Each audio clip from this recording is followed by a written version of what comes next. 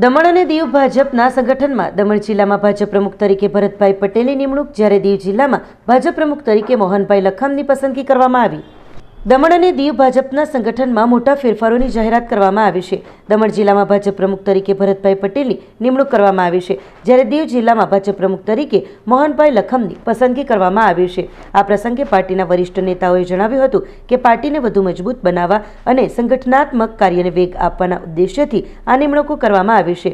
ભરતભાઈ પટેલ અને મોહનભાઈ લખામે તેમની નિમણૂક બદલ પક્ષના નેતૃત્વનો આભાર માન્યો હતો અને કહ્યું હતું કે તેઓ સંગઠનને વધુ મજબૂત બનાવવા માટે સંપૂર્ણ સમર્પણ સાથે કામ કરશે.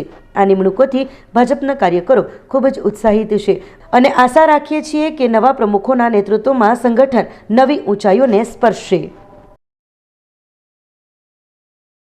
જે રીતના મને ભારતીય જનતા પાર્ટીમાં જિલ્લા અધ્યક્ષની જિમ્મેદારી સોંપવામાં આવી છે, હું આ જિલ્લા અધ્યક્ષની જિમ્મેદારી પૂરી ઈમાનદારીથી નિભાવીશ અને ખૂબ મહેનત કરીશ.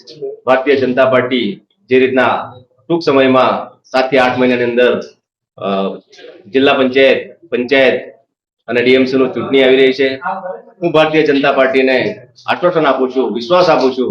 મારી આખી ટીમ લઈને હું ભારતીય જનતા પાર્ટીને જંગી બહુમતીથી અમે આ દમણમાં ઝંડો લહેરાવશું અને ભારતીય જનતા પાર્ટીની સરકાર ફરી એકવાર બનાવશું. આપણી સંકલ્પ ન્યૂઝ ચેનલને સબસ્ક્રાઇબ અને લાઇક કરો, બેલ આઇકન દબાવો, જેથી આવનાર ન્યૂઝ અપડેટ્સની નોટિફિકેશન આપના મોબાઈલ પર સૌથી પહેલા પહોંચે. Like, subscribe and share the video.